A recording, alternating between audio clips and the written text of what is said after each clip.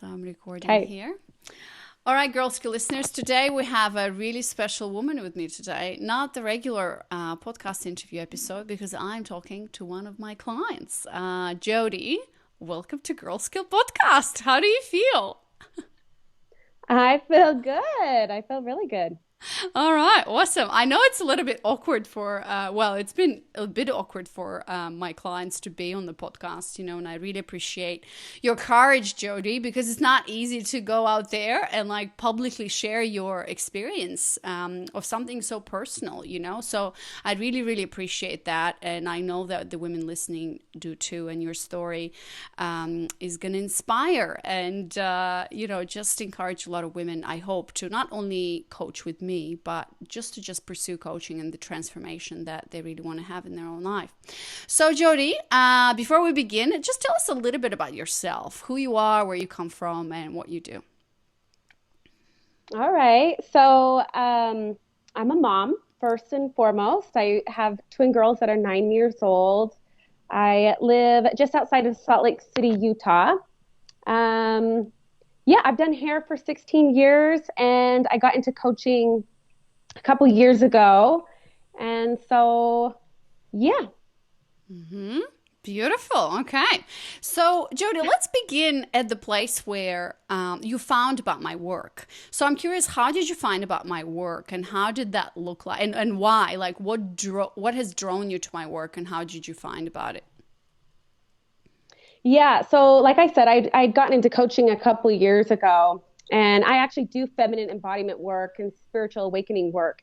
And what I know to be true, especially, in my life, is that like everything's a mirror and everything's a teacher. And specifically around the men that I was attracting, I wasn't attracting the quality men that I wanted to. And so I found you because I just Googled feminine embodiment mentor because I was like, I need someone to see my blind spots because you can't find your own blind spots, right? So Yeah. I just Googled you and then I watched the video and Mm-hmm. it just totally resonated with me. And I don't know, it was just a feeling I had to get connected to you and that you were going to help me on the next part of my journey. Mm-hmm. Okay, beautiful. And so on that video, what Jodi, by the way, is talking about is my signature webinar training that I have, so many women coming, they find me through the podcast or whatever, and then they sign up for a webinar training. And then at the end of that webinar training, I actually urge women who resonate to sign up for a free discovery call where we really discover whether we are meant to work together and whether I can help you. So Jodi, I'm curious, so you signed up for the discovery call, obviously, and then became my client, but I'm curious, what motivated you to sign up for that call with me?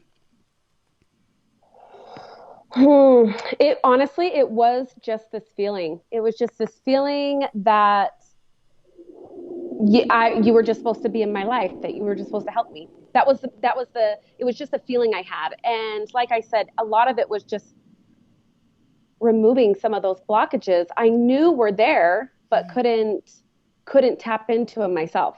Yeah. I knew I had reached the point of, because I think that we can work on ourselves and do a lot of healing on ourselves, but I had reached a point in my journey that I knew I couldn't go at it alone. Right. And so tell me a little bit about what happened during the call and then eventually that led you to signing up for a coaching journey with me. Do you remember? What happened during the call when I was talking to you? Yeah. Gosh, I don't know if I know it was a long time ago. It was like 4 months ago. Yeah. Gosh, I don't know that I think I'd kind of pretty much determined that I was going to work with you even before I got on the call with you. Mm-hmm. I just was like, but I don't know. I think the biggest thing during the call was just when it came to talking about the men in my life and that I was attracting. Right. I think I was like, okay, I'm so sick and tired of repeating this damn pattern. Somebody help me. Somebody help me. So I think that was help me. Yeah. So I think that was the biggest thing during the call. Okay, great. And so let's Hmm. talk about the situation you were in before, before we started working together. So you already mentioned that the quality of men that you were attracting was not the right. You weren't attracting the right men, and you had the Hmm. blind spots and the patterns that you were seeing in your life, but you just couldn't get through or break through them. So tell us a little bit about more, as much as you can, of course, Hmm. about what were those patterns, what were those blind spots, and what was the quality of men that you were attracting. Yeah. So it's like, I think that it wasn't that they were like bad men or anything like that. They just weren't, um, they were men who lacked commitment. Mm. They were clear on their direction as far as professionally, like they knew kind of what they wanted to do, which is what attracted me to them. But they weren't looking for commitment as far as like a relationship or anything long term in that way. And literally the same pattern showed up like 3 or 4 times, which was all the guys were like, "I think you're amazing. I think you're great. I just can't show up for you fully. Mm. I'm not ready for that." And almost all of them either went back to the girl they were dating right before me. And I was like, I'm like the female, like, hitch. Like, you're going to find like your forever right after me. And so I was just like, okay, this is a pattern that's showing up. So, Mm-hmm. yeah, that was it. That was my experience pretty much over the last year. Mm-hmm. Okay. And so tell us a bit more what happened during our coaching journey and how was it for you? Um, it was good. I feel that it stretched me in some ways, especially around morning movement. At first, I had a lot of resistance around it. Mm. And I didn't realize, well, because I've been doing personal development and spiritual growth for years, I didn't realize how much resistance I had about actually being in my body at times. Mm-hmm. And why do you think that was? I think it had to do with some self image stuff that we had gone over Mm-hmm. during the coaching calls. Um, I think that was the main thing, was just self image. Mm-hmm, mm-hmm. Okay. So during our coaching sessions and the whole coaching journey, because it was literally a journey, not only like session, you know. So Hmm. you said the morning movement, that is a tool that I actually give to all of my clients and I teach them to do that. Okay.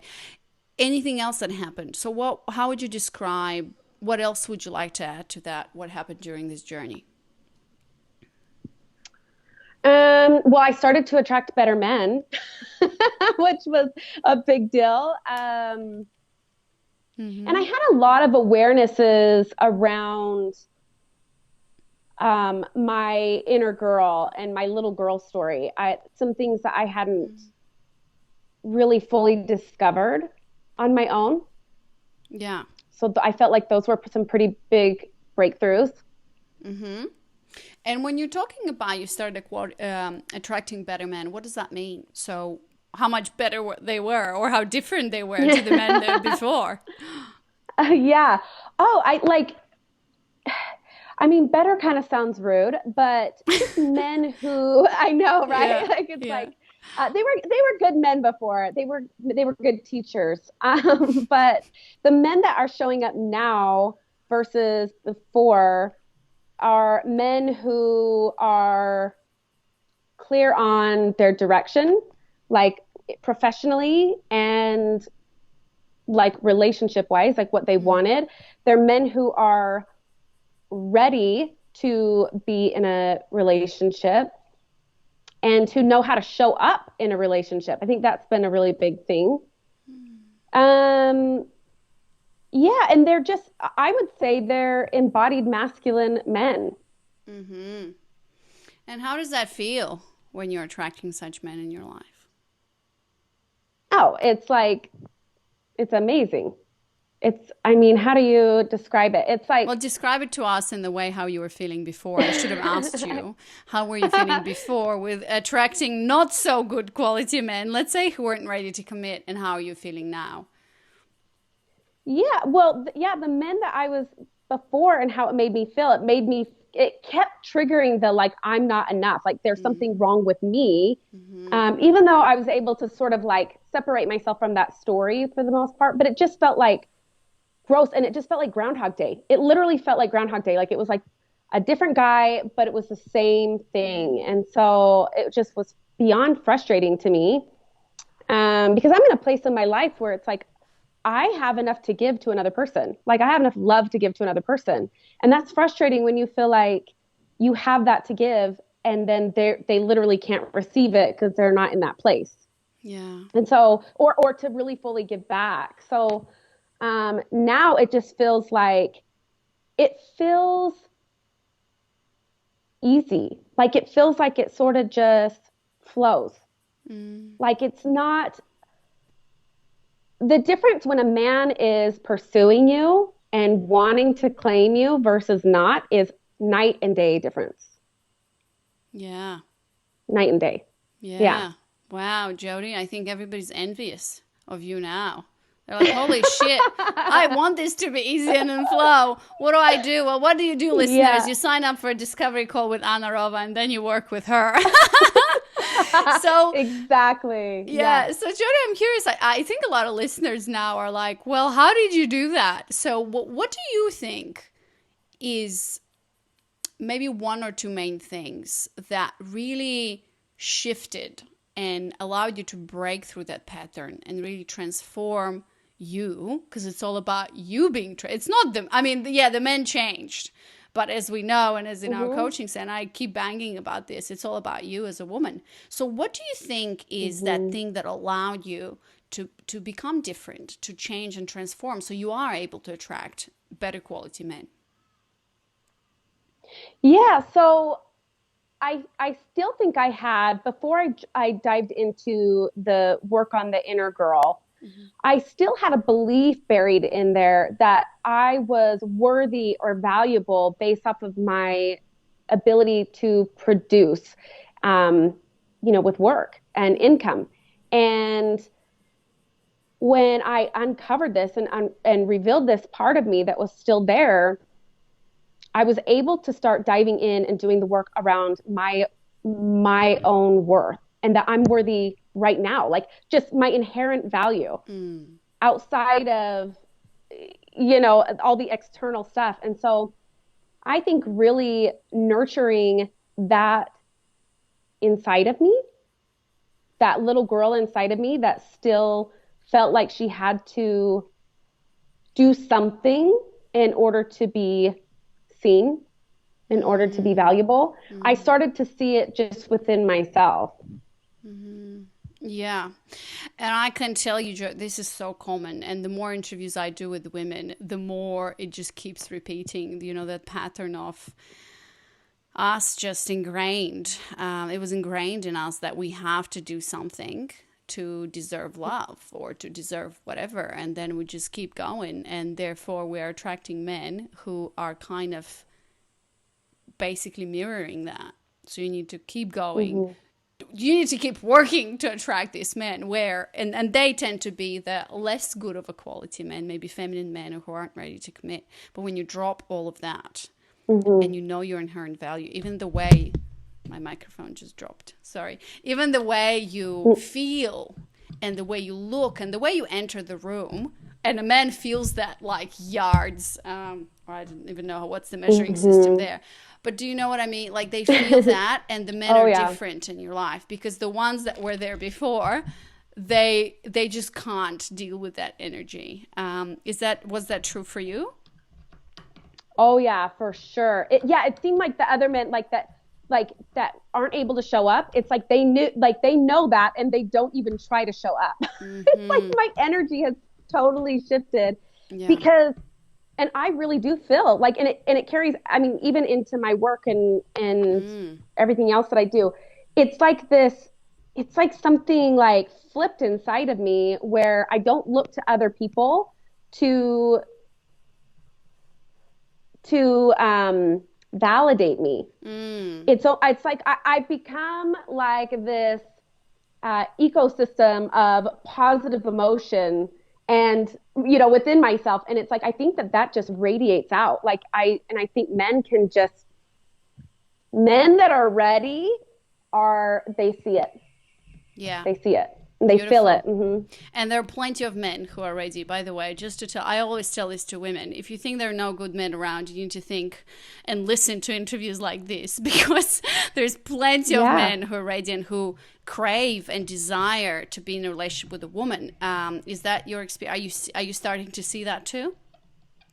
Yeah. Oh my gosh, that's been a huge one because before I was like, there's just like what's happened to men? Like, where's all the good men? Like, Mm. nobody wants commitment anymore. Nobody wants like, is there any man out there that just like wants a normal relationship? Yeah, yeah. Yeah, and all of a sudden, all of these men, like even men that I wasn't dating or anything, like just men like I would like talk to, they're like yearning for Mm. this like relationship and for this for uh their feminine counterpart to show up. And I'm like, oh my gosh, like all these men that want that, and it shifted everything in me. Mm-hmm, mm-hmm. Beautiful. So tell us, I have one last question before we get, well, I have two questions before we, anyways, let's just continue. I'm like thinking ahead. But so you mentioned feminine. I think this is important to talk about since you're also interested in feminine embodiment and all of this. How were you able to tap more into your feminine during this coaching journey? Is that related to everything you've just described? Like, how would you put the two together and that which allowed you to, in fact, attract the embodied masculine man? Because I was able to, with some of the work we did about dropping into the body, Mm-hmm. um, not running from myself anymore. Mm-hmm. Like I wasn't running. I mean, I still have days where I have uncomfortable emotion come up and stuff like that, but I'm not running from myself. And I think when you show up for yourself like that,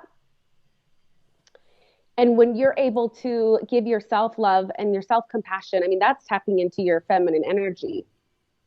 Yeah.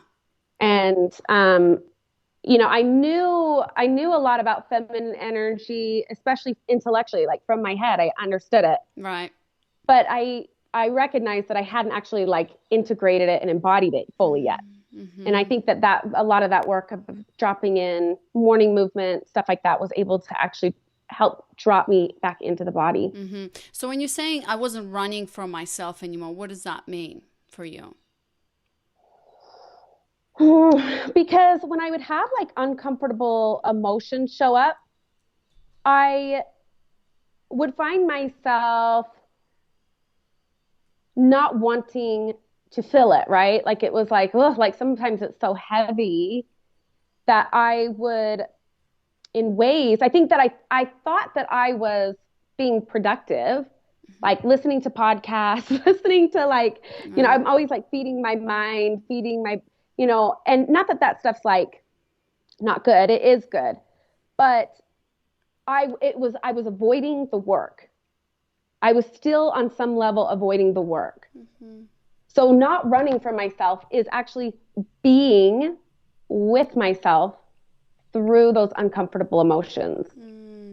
Mm-hmm. And that's what Like, essentially feminine embodiment is. That's what we do. mm-hmm, Yeah. And yeah, that has the amazing capacity to make a woman so present and able to deal with her own shit instead of. I'm just releasing this week an amazing interview with a guy, Jared Osborne, at the time of our recording, where we actually talk about that, where he says it's so freaking attractive when a woman is in her full emotional power but knows how to deal with it instead of just letting the man be responsible for it or let others absorb. And because it's very, when a woman is in rage, it's like, oh my god, watch out everyone.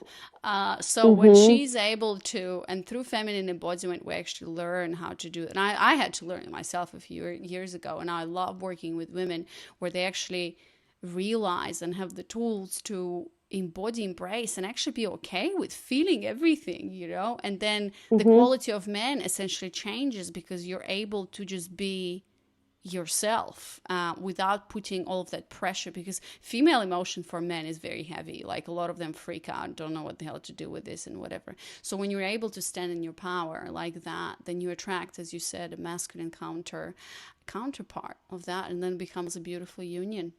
All right, Jodi, thanks so much for sharing your experience and the results. I'm really happy. I'm like waiting for some photos and progress and some engagement perhaps in the future, messages or news, I don't know. Well, I'm yet to so I've had actually one client who actually said, oh my god, actually there's no engagement yet, but I think it's going to happen soon. And then I don't know who my first client is going to be, who's going to actually like get married and have children and all of that. So, but anyways, that's not the point. So my last question for you, Jodi, is to all the women listening, why would you recommend working with me? Yeah, I mean, I think if you're in a place where, like where I was, where it's like something's blocking you, or like that something needs to shift, I would do it again in a heartbeat.